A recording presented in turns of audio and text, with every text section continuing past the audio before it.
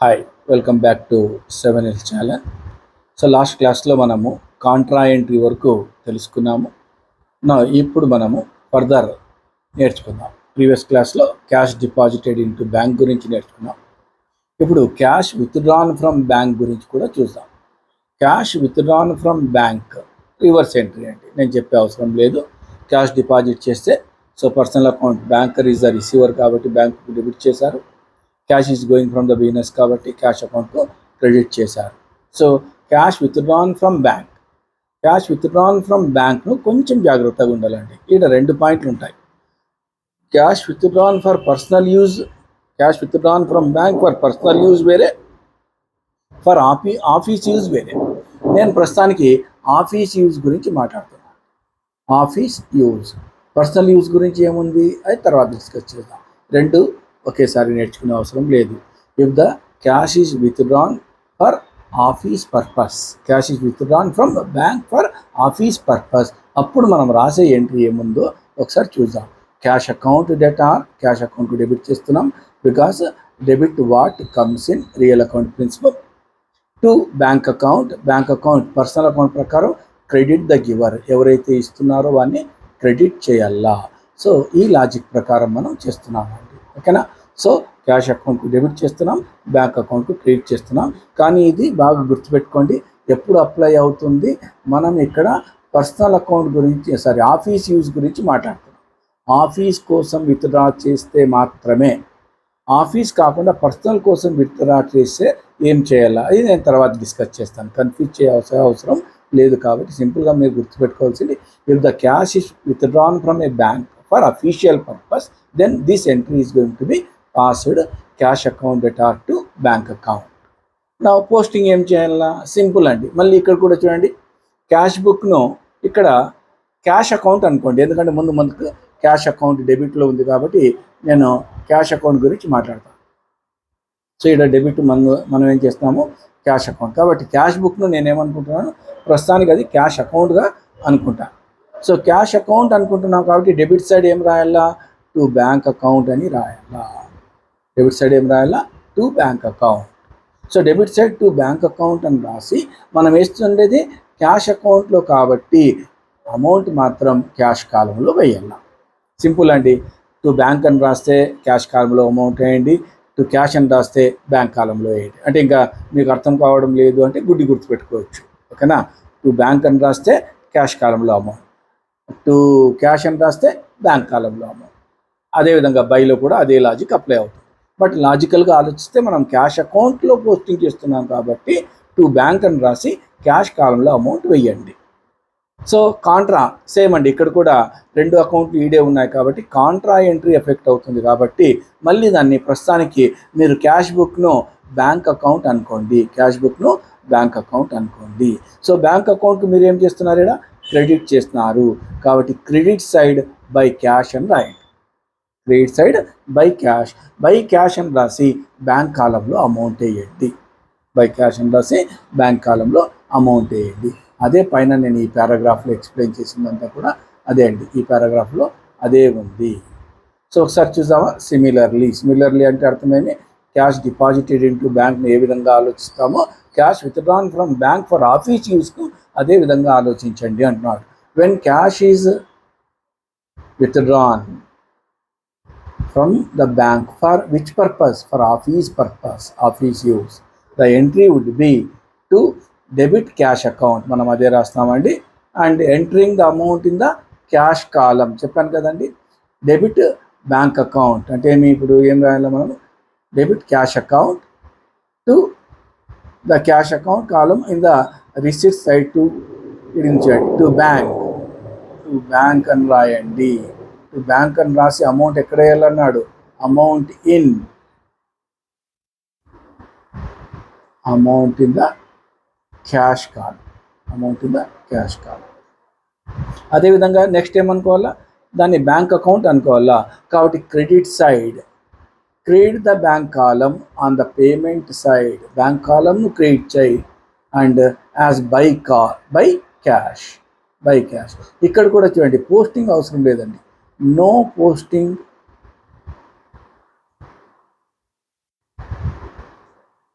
no posting in the ledger is required for this transaction also.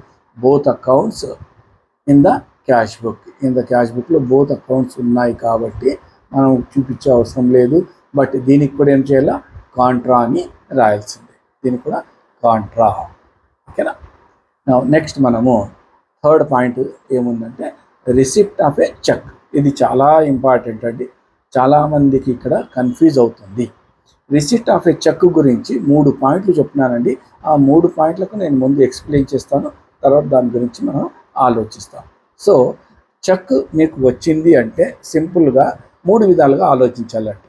ఒకటి, if the cheque is received and not sent to bank for collection on the same day. So cheque వచ్చింది, నువ్వు బ్యాంకుకు collection కోసం పంపించలేదు, అటువంటి సమయంలో treatment ఏం చేయాలా? లేదా cheque is received and sent to bank for collection on the same day. Cheque వచ్చింది, అదే రోజు బ్యాంక్లో డిపాజిట్ చేయడానికి పంపించినావు, అప్పుడు ఏం చేయాలా? నెక్స్ట్, చెక్ అంటే ప్రీవియస్గా వచ్చిన చెక్ను, అంటే మనం డిపాజిట్ చెయ్యని చెక్ నెక్స్ట్ డే డిపాజిట్ చేస్తే ట్రీట్మెంట్ ఏం చేయాలా? ఈ 3 పాయింట్లు నీట్గా అర్థం చేసుకుంటే ఈ రిసిప్ట్ ఆఫ్ చెక్ గురించి కన్ఫ్యూజ్ ఏమి ఉండదండి. చాలామంది కన్ఫ్యూజ్ అయ్యేది ఇక్కడే. సో చెక్ను మనము 3 విధాలుగా ఇన్వాల్వ్ చేసుకోవచ్చు.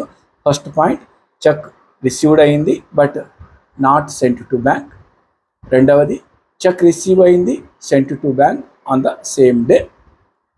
థర్డ్, ప్రీవియస్ చెక్ అంటే మనము ఇంతకుముందు బ్యాంకుకు పంపని చెక్ను నెక్స్ట్ డే బ్యాంకుకు పంపిస్తే దాని యొక్క ట్రీట్మెంట్ ఏం చేయాలా? ఈ 3 పాయింట్లకు లాజిక్ను మనం అర్థం చేసుకునే ప్రయత్నం చేద్దాం. ఫస్ట్ పాయింట్ నేనేం చెప్తున్నానంటే, cheque is received. Say for example మన బ్యాంక్ అవర్స్ 5 o'clock అనుకుందామండి. 5 o'clock తర్వాత మీకు ఒక వ్యక్తి చెక్ తెచ్చిచ్చాడు. ఆ చెక్ను మీరు బ్యాంక్లో వేయడానికి ఆ రోజు కుదరదు కాబట్టి మీరు ఏం చేస్తారంటే క్యాష్ బాక్స్లో వేసుకుంటారు. So that is why the amount must be entered in cash column. అందుకే ఆ చెక్ యొక్క అమౌంట్ను క్యాష్ కాలంలో వేసుకోండి అని చెప్తాం మనం. ఓకేనా. సో ఒకసారి మళ్ళీ అర్థం చేసుకునే ప్రయత్నం చేయండి. మీకు 5 o'clock తర్వాత మీకు పేమెంట్ చేయవలసిన వ్యక్తి చెక్ తెచ్చిచ్చాడు. అదే రోజు మీరు బ్యాంకులో వేయడానికి టైం అయిపోయింది కాబట్టి మీరేం చేస్తారు, ఆ చెక్ను క్యాష్ బాక్స్లో వేసుకుంటారు. క్యాష్ బాక్స్లో వేసుకుంటారంటే you're treating it as a received as cash. అందుకే అదే రోజు మీరు బ్యాంకులో చెక్ వేయకపోతే మీరు అమౌంట్ను క్యాష్ కాలంలో వేయండి అని చాలా లెక్చరర్లు చెప్తారు. సో దాని యొక్క ఉద్దేశం ఏమంటే అది మనం క్యాష్ బాక్స్లో వేయడం వల్ల క్యాష్ వాల్యూ పెరిగినట్లుగా చూపించుకోండి అని చెప్తాడు. కాబట్టి ఫస్ట్ పాయింట్ అదే అండి. ఇక్కడ ఒకసారి ఫస్ట్ పాయింట్ మనము హైలైట్ చేసుకుందాం.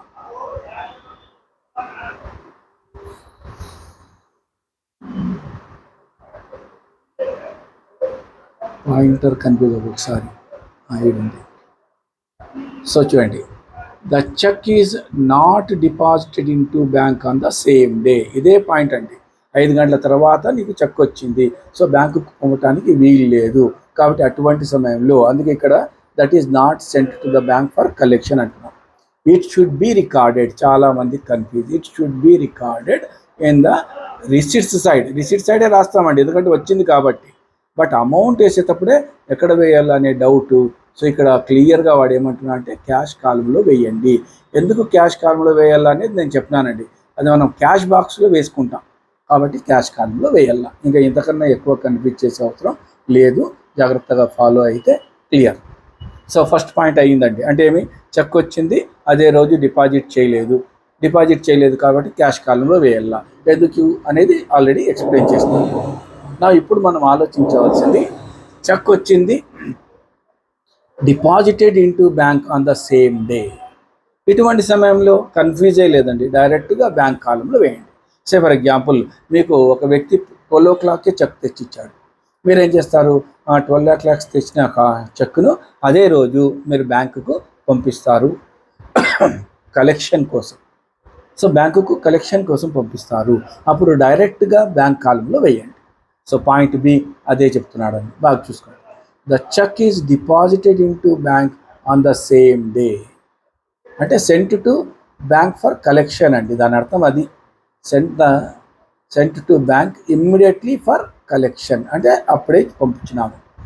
It should be recorded again on the receipt side. Confuse ఏం లేదండి, రిసీట్ సైడే రాయాల, కానీ అమౌంట్ ఎక్కడ వేయాలా, బ్యాంక్ కాలంలో వేయాలి. క్లియర్గా అర్థమైండాలండి, కన్ఫ్యూజ్ ఏమొద్దు. సో ఫస్ట్ పాయింట్, అదే రోజులో మనము బ్యాంక్లో డిపాజిట్ చేయకపోతే దాన్ని మనం క్యాష్ బాక్స్లో ఇస్తాం కాబట్టి క్యాష్ కాలంలో వేయండి. అదే రోజు డిపాజిట్ చేస్తాము అంటే ఇమ్మీడియట్గా బ్యాంకుకు పంపించినామంటే మనం క్యాష్ బాక్స్లో వేయము కాబట్టి డైరెక్ట్గా దాన్ని బ్యాంక్ కాలంలో వేసేసేయండి. ఫినిష్. నౌ థర్డ్ సిచ్యువేషన్, ఒకవేళ పాయింట్ ఏ చెక్ ఏమండి, అదే రోజు డిపాజిట్ చేయలేదు కదా, నెక్స్ట్ డే డిపాజిట్ చేస్తున్నాం. నెక్స్ట్ డే అంటే 5వ తేదీ 5 గంటలకు వచ్చిన చెక్ను వేరే దినం మనము డిపాజిట్ చేస్తాము. వేరే దినం డిపాజిట్ చేస్తామంటే సింపుల్గా కాంట్రా ఎంట్రీ రాయండి, ఇంకా వేరేది ఏం చెప్పే అవసరం లేదండి. ఎందుకు కాంట్రా ఎంట్రీ రాయాలా, నేను ఫస్ట్ పాయింట్ చెప్పేటప్పుడు ఏం చెప్పాను, 5 గంటల తర్వాత వచ్చిన చెక్ను మీరు క్యాష్ బాక్స్లో వేస్తారు కాబట్టి, 5 గంటల తర్వాత వచ్చిన చెక్ను మీరు క్యాష్ బాక్స్లో వేస్తారు కాబట్టి దాన్ని క్యాష్ కింద ట్రీట్మెంట్ చేస్తాము. ఎప్పుడైతే క్యాష్ బాక్స్లో ఉండే చెక్ను మనం డిపాజిట్ చేస్తామో అంటే క్యాష్ డిపాజిట్ చేసినట్లుగా ట్రీట్మెంట్ చేస్తాము. That is why it is treated as a contra entry. ఇంకా ఇంతకన్నా దీని గురించి ఎక్స్ప్లెయిన్ చేసే అవసరం లేదండి. If the cheque is deposited on same day, that is other than received date, వచ్చిన డేట్ కాకుండా, then the contra entry will be recorded in cash book. Okay, so ఇది రిసిప్ట్ ఆఫ్ ఏ చెక్ గురించి అండి. Now receipt of check గురించి 3 పాయింట్లు నేర్చుకున్నాం మనము. So ఒకసారి మళ్ళీ మీరు క్లాస్ వినండి, ఈజీగా అర్థమవుతుంది. నౌ పేమెంట్ బై చెక్, ఇది పెద్ద కన్ఫ్యూజ్ అయ్యే ఐటమ్ కాదండి. పేమెంట్ అని మనమే చెప్తున్నాం కాబట్టి పేమెంట్ సైడ్ రాయాలా, కానీ అమౌంట్ ఎక్కడ వేయాలా, బై చెక్ ఇస్తున్నాం కాబట్టి బ్యాంక్ కాలంలో వేయాలి.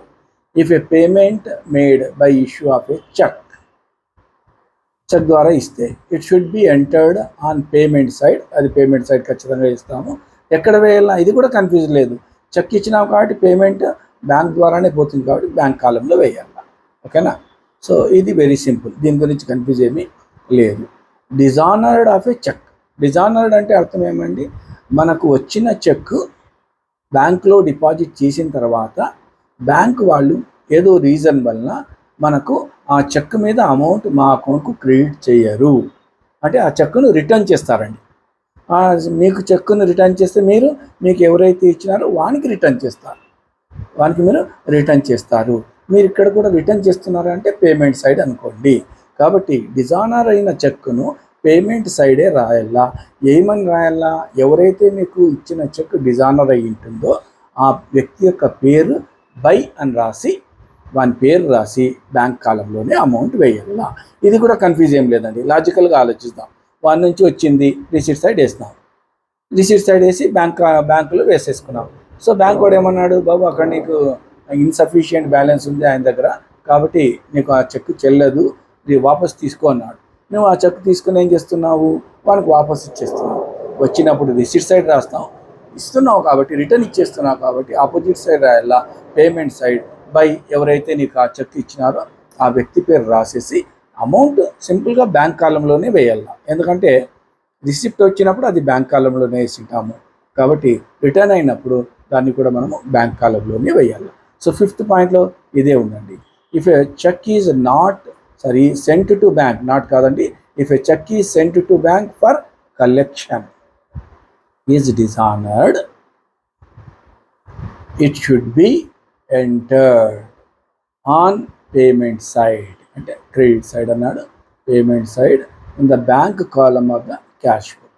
ఓకే, టు క్యాన్సల్, ఎందుకు రిసిప్ట్ సైడ్ నువ్వు వేసింటావు కాబట్టి ఆ క్యాన్సిల్ చేయడానికి, to cancel the previous debit given to the bank column, ఇంతకుముందు దానికి బ్యాంక్ కాలంలో ప్రీవియస్ డెబిట్ ఇచ్చింటావు. సో అటువంటి సమయంలో డిజానర్ అయితే క్రెడిట్ సైడ్ రాసుకోండి అంటున్నాను. Okay, next